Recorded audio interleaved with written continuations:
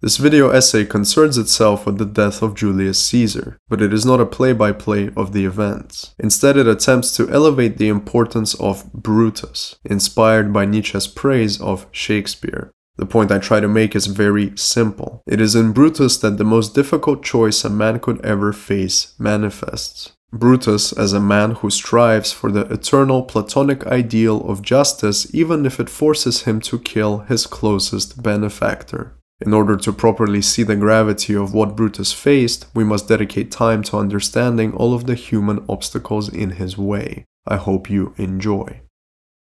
In 1882, Friedrich Nietzsche published his Joyous Science, a work from his so-called Middle Period which contains the first formulations of some of his most popular ideas. His eternal recurrence makes its first proper appearance here, as well as the famous phrase amor fati, love your fate. On top of this, it is in the Joyous Science that Nietzsche first announces the death of God. And while mountains of literature and thought have been created on top of these ideas, there is much more in this book that remains somewhat unappreciated. It is sometimes difficult to listen closely to Nietzsche's smaller arrows of wisdom due to the deafening sound, or maybe we could even say noise, of his most popularized ideas, no matter how often they are abused or skewed by certain pundits. But this is a topic for another time.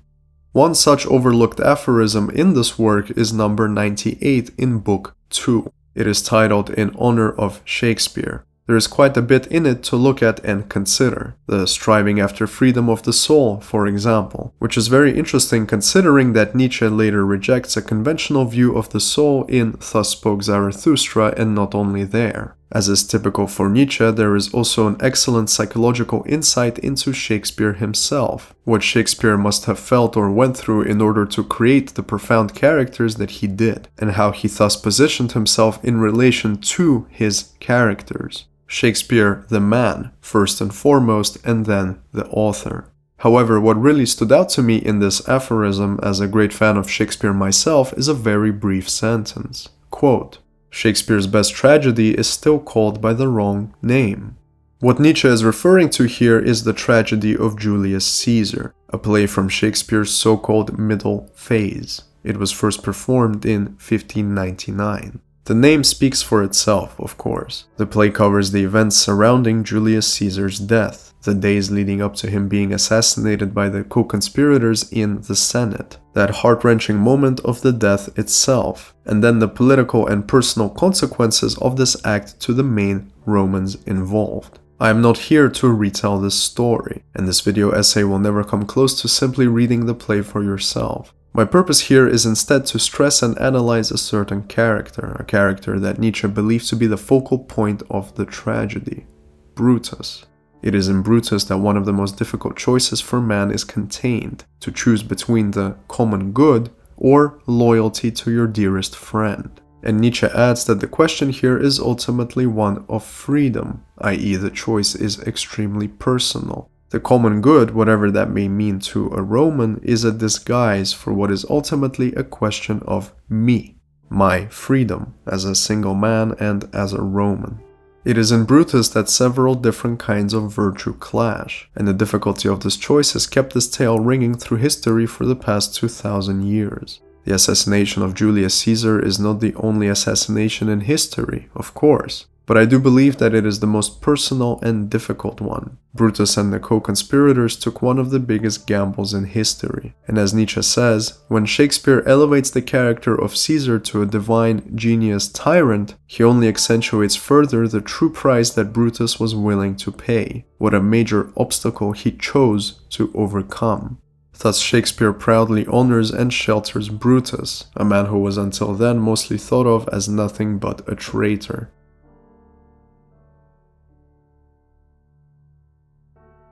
Following that fateful event of Caesar's assassination, the participation of every man involved was scrupulously analyzed, and reputations began to form. According to Plutarch, Publius Servilius Casca was the first man to stab Caesar, and as he stabbed him, Casca screamed in panic. This single scream was enough for the Romans to characterize him as a man with a cowardly nature, swept away by a moment of violence, but otherwise of no heroic value. The medieval record takes no care to single him out at all, and Shakespeare didn't do much to fix this characterization either. Thus the historical Casca simply faded away. In the case of Gaius Cassius Longinus, one of the leading conspirators, there was more attention given by all sources. Unanimously, the Romans designated him as the competent and calculating type, and yet extremely prone to personal passions and bitterness. His ambition swelled over. Both Plutarch and Appian inform us that Cassius had long-standing personal resentment against Caesar, which he hid under a veil of noble ideals against tyranny. As Plutarch says, he was a choleric man. The great Cicero, who described that fateful day as glorious and magnificent and stood entirely on the side of the conspirators against Caesar, still could not restrain himself from criticizing Cassius as well, politely. To him, Cassius was one of the strong operators of the plan, but next to Brutus, he failed in terms of his moral character. In his own words, Cassius burns with hatred and has always been fierce and bitter. Brutus is more refined, more moderate. Brutus alone is praised by everyone. This relatively lenient characterization would not last through the ages, however. With Dante Alighieri, the sentence became severe. An in-depth review of Dante's Divine Comedy would derail this essay far too much, and so I leave this for another time. What is of importance here is to point out that both Cassius and Brutus were condemned to the lowest circle of hell by Dante, the ninth circle, a lake of ice with Satan in the middle. His three faces with three mouths eternally chewing on the three biggest sinners in Dante's highly Christian eyes: Cassius, Brutus, and Judas. Notice how the final circle is not a land of fire but of ice, cold, inhumane, and entirely lifeless. This is the gravity of treason, and not only to Dante but to the Christians of his time as well, in the medieval 14th century. Dante's comedy is perhaps the clearest expression of the moral attitudes of the time. Thus, prior to Shakespeare and after Rome, Cassius is condemned to the most severe punishment. He is a revolting, inhumane man. Shakespeare, as is typical for Shakespeare, is not satisfied with this level of nuance, however. Thus, the character he writes in his tragedy shifts back to the more nuanced version of the Romans. In his play, Cassius is also a competent and calculating man, manipulative even, taking advantage of the highly noble and perhaps innocent nature of Brutus. Yet the line between manipulation and genuine respect here is very thin and blurry. For all his faults and ambition, Cassius is still a human being. What was once an act of manipulation later becomes a genuine expression of positive sentiment toward Brutus, and Cassius eventually meets a noble end. An obvious question arises here. Why would Shakespeare choose to paint such a condemned individual in a more human light, considering the prevailing Christian attitudes toward the traitor? Why not leave him as the cold and pragmatic traitor and nothing more? Why not simply elevate Brutus alone in the play? In order to answer this, we must look at the reputation of Brutus himself.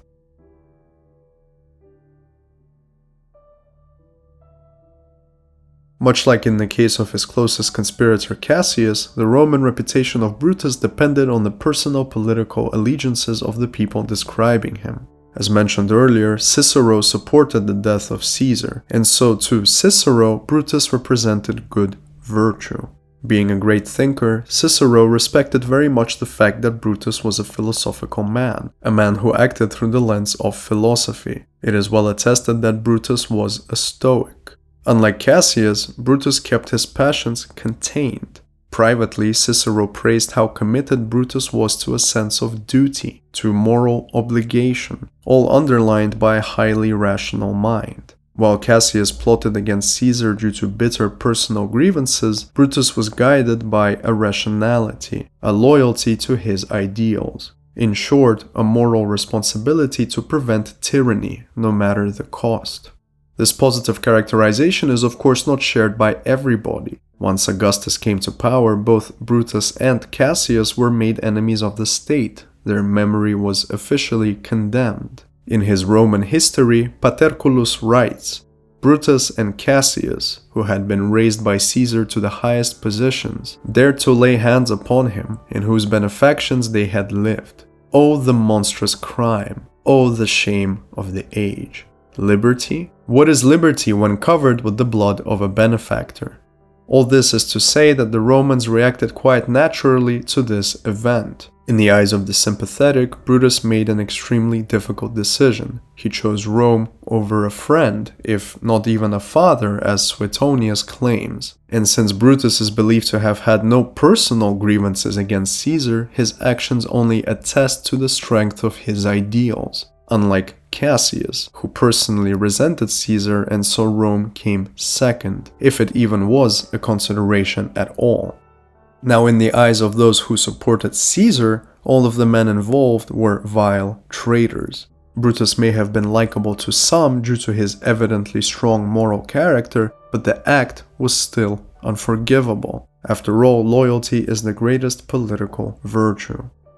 When it comes to the medieval characterization of Brutus, there is nothing to add here that we haven't said with Cassius. Dante, as a representative of Christian attitudes at the time, condemned Brutus to the lowest circle of hell, alongside Cassius. It is only with Shakespeare that Brutus once again becomes a human character, and not a mere traitor. However, Shakespeare's treatment of Brutus is much more nuanced than his treatment of Cassius. Cassius is still mostly cold and calculating, but Shakespeare's Brutus truly becomes a noble, tragic man. From the beginning to the end of Shakespeare's Julius Caesar, Brutus is characterized as a noble man. Almost every character of the play refers to him as such at some point, and following his death, Mark Antony declares that Brutus was the noblest Roman of them all. Alongside, Brutus is also highly idealistic. He declares that he has no personal reason to kill Caesar and is only guided by the common good. This moral idealism is, of course, the downfall of Brutus. This is his role in the tragic element. By his own guilt of being too dedicated to his ideals, his fortunate life turns into a highly unfortunate one. His moral idealism is easy to take advantage of, and Cassius does exactly that. Perhaps we could say that Brutus was too noble, too innocent for the politics of the conspirators. Evidently, Shakespeare thought so. And so we return to an earlier question. Why did Shakespeare add human complexity to his characterization of Cassius? I believe it would be in line with Nietzsche's praise of Shakespeare to answer in the following way. Cassius was made more complex in order to elevate Brutus even further. Instead of dealing with a cold and pragmatic, cruel man, Brutus is instead faced with the obstacle of a human being. Brutus was not only faced with the difficult choice of killing Caesar, he also faced having to navigate Cassius. His choice becomes that much more difficult because Cassius can at once manipulate him but also show him the deepest respect. Their game of politics is made more complex by Shakespeare than it actually might have been. Politics is the interplay of humans. Some participants will manipulate, but this does not mean that they lack respect for you, or that they do not love you as a man, or even as a friend. Cassius and Brutus were brothers-in-law, after all. Had Cassius done nothing but manipulate Brutus, perhaps Brutus would have seen through this, and his choice would not have been as difficult. Instead, Brutus has to navigate complicated human relationships while also making the most difficult choice a man can conceive of, where to place his loyalty. Shakespeare increased the difficulty of the choice Brutus faced in order to make Brutus that much more of an honorable man. Shakespeare gave Brutus his most difficult trial, not because he expected him to succeed, but because he was the only one noble enough to deserve it. It just so happened that in the long term, the plan of Brutus failed, but this is of no importance. What is important is that Brutus made the choice itself. He acted. He chose difficulty in that moment. He navigated difficulty. What comes afterwards does not matter. Brutus, as a single individual, proved his capability. He put the resilience of his gentle soul on display, and as Nietzsche says, this soul strove toward independence. No price was too large for the freedom that Brutus desired, the freedom of no longer having to be faced with this choice, the freedom of knowing that he served Rome in his best capacity, that he was the one to root out what he thought was a weed. Shakespeare consecrates striving after freedom by elevating every significant character around Brutus and by making them very complex. And yet Brutus prevails in his actions. He smites down a god purely for the sake of being able to say, I, Brutus, am now free.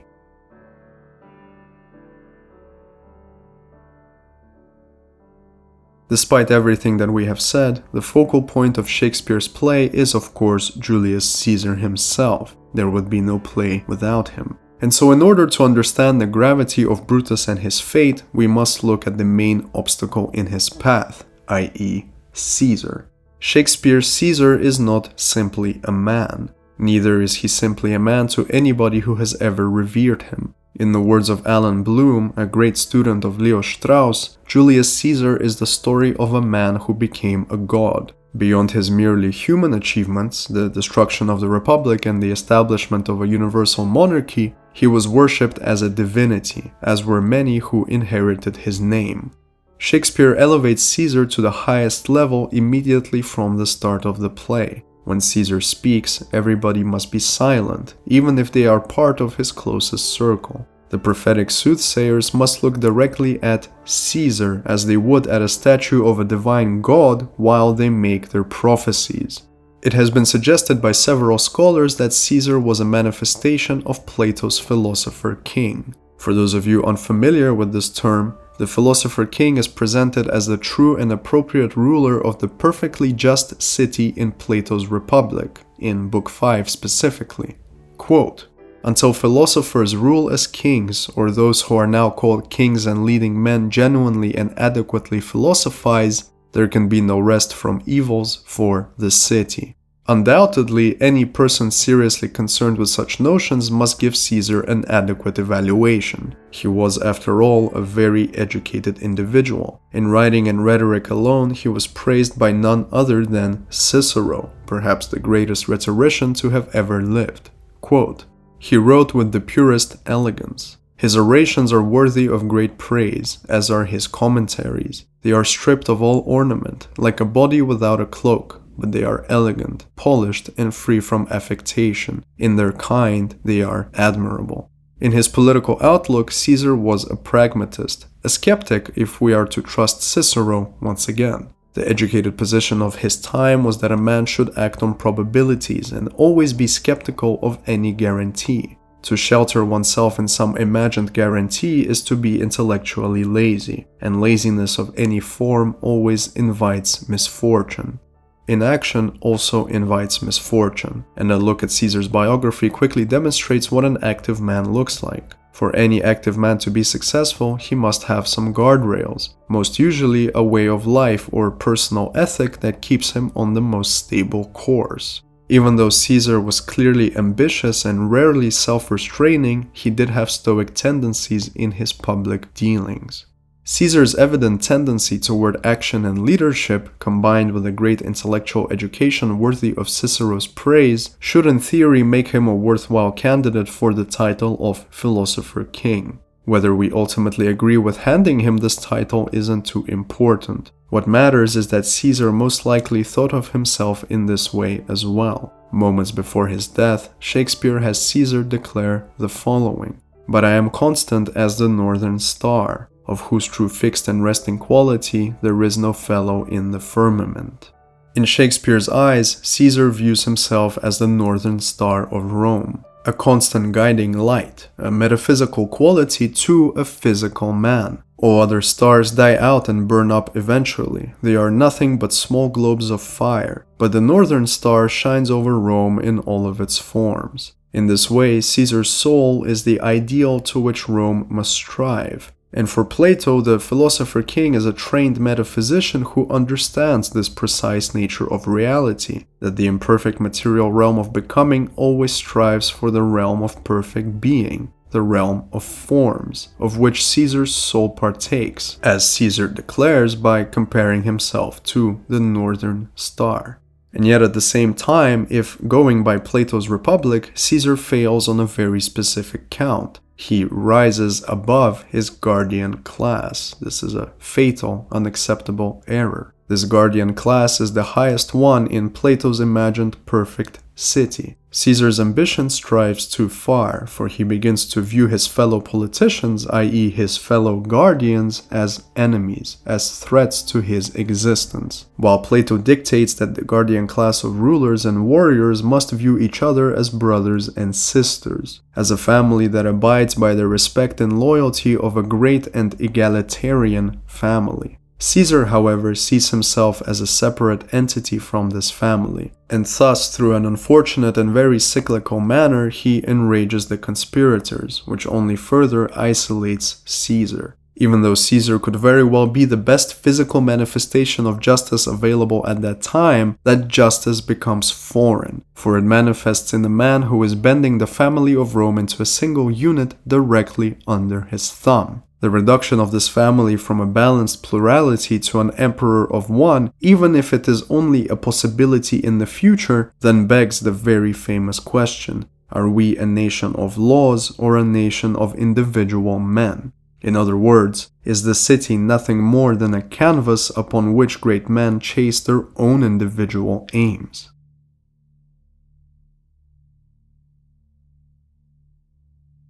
All of the above is only meant to illustrate a single point, that Brutus was torn by a much more complicated choice than one would initially think. He is not merely choosing between a friend and the common good. He is choosing between different ideals, and specifically different manifestations of the same ideal. The choice that Brutus has to make lies between the following: Caesar as a physical, real manifestation of justice, since the philosopher king is inherently just. Caesar is currently available and present, elevated to a god by the people of Rome through a life of action. Perhaps he is not a perfect manifestation, but he is concrete, and he is available to work with if a suitable way can be found. Brutus's second choice is the abstract ideal, that of Rome and its common good, the elimination of potential tyranny in favor of an ideal justice, the republican justice. By uprooting Caesar, it may be possible to return to what the traditional republic once used to be. This conflict is further underlined by a desire for freedom, if we are to follow along with Nietzsche. The nobility of Brutus is thus shown by his freedom depending not on some material condition, but by choosing the most ideal version of justice. This is what freedom means to Brutus. Brutus overcomes his ties of friendship for something so marvelously abstract, the notion of a just republic. This is where Brutus finds his freedom. Many other men would have comfortably allowed themselves to remain in Caesar's close circle and benefit from his power. Yet Brutus strives after the highest, the most perfect ideal. As Plato says in the Republic, the philosopher is always in love with the truth. He is not content with what seems, but seeks what truly is. His soul is drawn toward the eternal, the unchanging, the ideal. The soul of Brutus frees itself by securing its course toward this eternal, unchanging ideal. Of course, not everyone will agree with such an evaluation of Brutus. It is also just as valid to say that Brutus lacked understanding of the political game before him, and instead sheltered himself in entirely impossible ideals. But as we said earlier, the important point here is not whether the actions of Brutus resulted in success, for they surely did not. The Republic fell forever with these events. What is of importance, however, is to recognize the great conflict that stood before Brutus, and the fact that he did not cower before it. This courageous attitude remained to the very final day of his life. Brutus faced the consequences of his actions. The conspirators were eventually defeated by Mark Antony and Augustus, and Brutus took his own life, choosing to end it on his terms, honorably and nobly. Shakespeare has Mark Antony close the play by saying that Brutus was the noblest Roman of them all. In Plato's Timaeus, we find the following quote: "He who lived well during his time in the world, always practicing virtue, shall return to the stars and dwell in a blessed life. But he who failed to strive for excellence shall be reborn, until he learns to seek what is highest. Since the virtuous philosopher always strives for the eternal unchanging ideal, in Brutus's case the ideal of justice, perhaps we could then say that Brutus, despite his treason, did in fact return to the stars, and thus avoided the icy pits of hell that Dante condemned him to. In the end, reading Shakespeare's Tragedy of Julius Caesar through the lens suggested by Nietzsche, that is, with a focus on Brutus, allows us to pose an eternal question. Where exactly do we balance ourselves between being and becoming? Being in this case is the idealized republic, a distant, perhaps unreachable form of perfect justice that compels us to keep striving. Becoming is the world as it is. Caesar. He is flawed, but he is real. He is a plausible candidate for the title of Philosopher King. Perhaps he is the closest we could ever get. Do we support the flawed but tangible good in front of us, being realistic in our evaluation of the world, of the constant possibility of tyranny? Or do we reject this entirely in the name of a higher ideal? In short, should you allow your friend to become a tyrant for the sake of tangible order, or pursue the highest ideal even at the cost of your own life? Brutus chose the ideal, thus ending his promising life early. But perhaps this is precisely what makes him the noblest Roman of all. One must imagine that Brutus loved his difficult fate.